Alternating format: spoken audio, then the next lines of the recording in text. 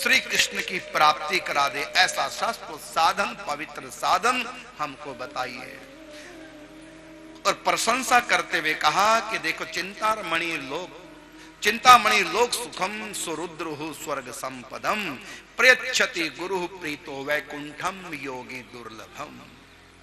कहा कि जो चिंतामणि होती है ना, वो लौकिक चिंताओं का निवारण कर देती है, और जो कल्प वृक्ष होता है वो स्वर्गीय सुख दे देता है।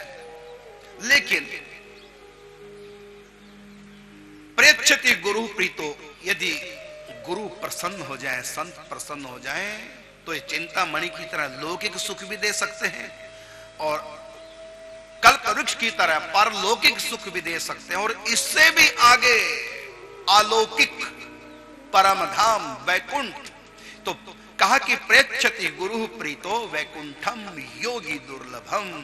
वैकुंठ योगियों के लिए भी जो दुर्लभ है, बड़े बड़े योग तप करने से भी जो दुर्लभ वैकुंठ बड़ी कठिनताई से मिलता है, वही सुलभ हो जाता है यदि गुरु संत रीझ जाए। प्रेक्षति गुरु प्रीतो वैकुंठम योगी दुर्लभ। इस प्रकार 6 प्रश्न किए हैं सौनक जी ने सूत जी महाराज से, और सूत जी महाराज जब कहते हैं 6 प्रश्न सुन करके, प्रीति ही शौनक चित्ते ते तो वच्मि विचार्य च सर्व सिद्धांत निष्पन्नम संसार भय नाशनम। सूत जी कहते कि सौनक जी, आपके चित्त में श्री कृष्ण प्रेम लबालब भरा हुआ मैं देख रहा हूं, इसलिए विचार कर मैं आपको संपूर्ण सिद्धांतों का निष्कर्ष बता रहा हूं, सुना रहा हूं, जो जन्म मृत्यु का खंडन करने वाला, संसार भय विनाशनम, भव रोग का नाश करने वाला, भव से पार करने वाला, समस्त सिद्धांतों का निष्कर्ष, सबका सार मैं आपको बता रहा हूं। क्या? काल व्याल मुख ग्रास त्रास निर्णास हेतवे श्रीमद् भागवतम शास्त्रम कलौ कीरेण भाषितम।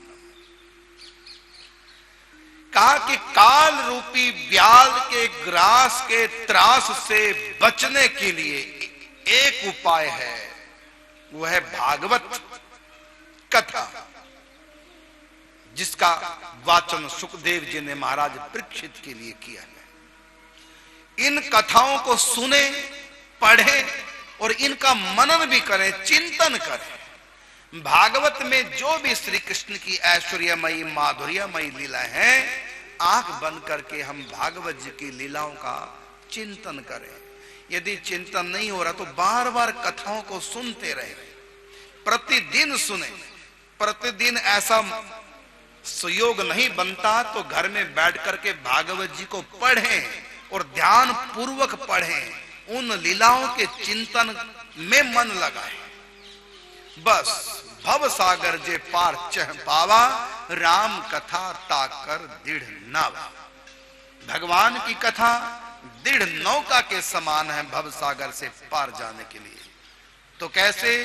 कथाओं को पढ़ें, कथाओं को सुने और साथ साथ कथाओं को का ध्यान करें, चिंतन करें, आंख बंद करके देखें उन लीलाओं को। मतलब कथा को सुनने के साथ साथ किस ढंग से सुनना? दच्चित होकर के, अर्थात कथाओं को देखते हुए कथाओं को सुनो, जो जो कथा में सुनाया जा रहा है। जैसे श्री कृष्ण काली नाग नाथ रहे हैं, श्री कृष्ण काली नाग के ऊपर नृत्य कर रहे हैं, अब उसको आंख बंद करके देखो। कन्हैया के चरणों से मुकुट तक, मुकुट से चरणों तक उनके अंग प्रत्यंग वस्त्र अलंकार, कैसे बंसी बजा रहे, कैसे मटकरे, कैसे हाव भाव भंगिमा, कैसे भृगुटी मटका रहे हैं, कैसे मुस्कुरा रहे हैं, कैसे बीच बीच में बंसी बजाते हैं, कभी उस फन पर चरण रखते हैं, उस फन पर छलांग लगाते हैं।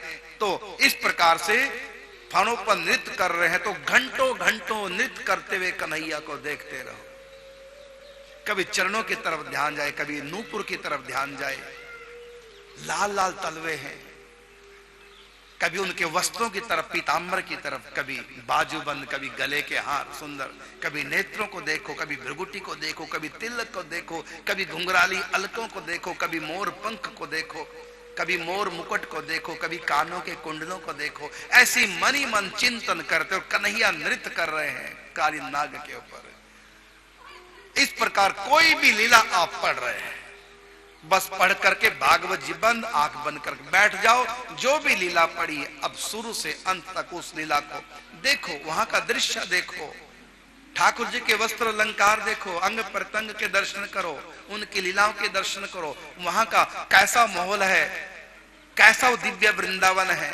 ठाकुर जी कदम वृक्ष के नीचे खड़े हैं, बंसी बजा रहे हैं, गौओं ने चरना छोड़ दिया, कानों के दोनों से बंसी का मृत पान करने लगी, बछड़े दूध पी रहे थे, दूध पीना छोड़ दिया, जमुना जी का जल बह रहा था, बंद हो गया, वायु भी रुक गई। ऐसी बंसी की धुन त्रिभुवन मोहनी। सखियां फूल बीनते बीनते हाथ से डलिया छूट जाती है, बंसी का स्वर भूल गई, सब कुछ याद नहीं अब कुछ। कोई गोपी जमुना जी में डुबकी लगाकर, क्या बोलते हैं, मटकी को, कलश को भर रही थी, डुबकी लगाई कलश की, एकदम बंसी की आवाज सुनी, कलश में छूट गया, बह गया, नहीं ध्यान है। एक दूध दूह रही थी गैया का, बाल्टी छूट गई, दूध दोहना बंद हो गया, सब काल बेस्थिर हो गया।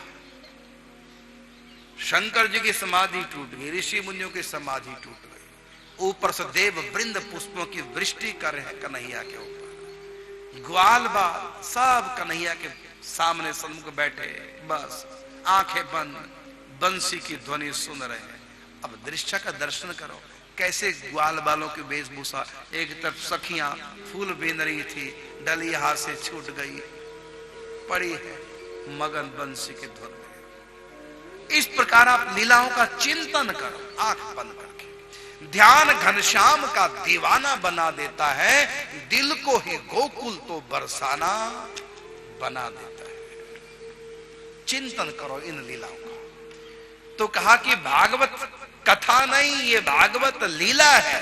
भागवत में इसको लीला मानो। जैसे हम कैसेट लगाते हैं ना, फिर स्क्रीन पर लीला देखते हैं, ऐसी भागवत एक कैसेट के समान है। और अपने मन में इसको लगाओ और देखो तो अंदर प्ले हो जाएगा, जो जो सुन रहे हैं कानों के माध्यम से, और मनी मन उसको चिंतन करो, उसको देखो।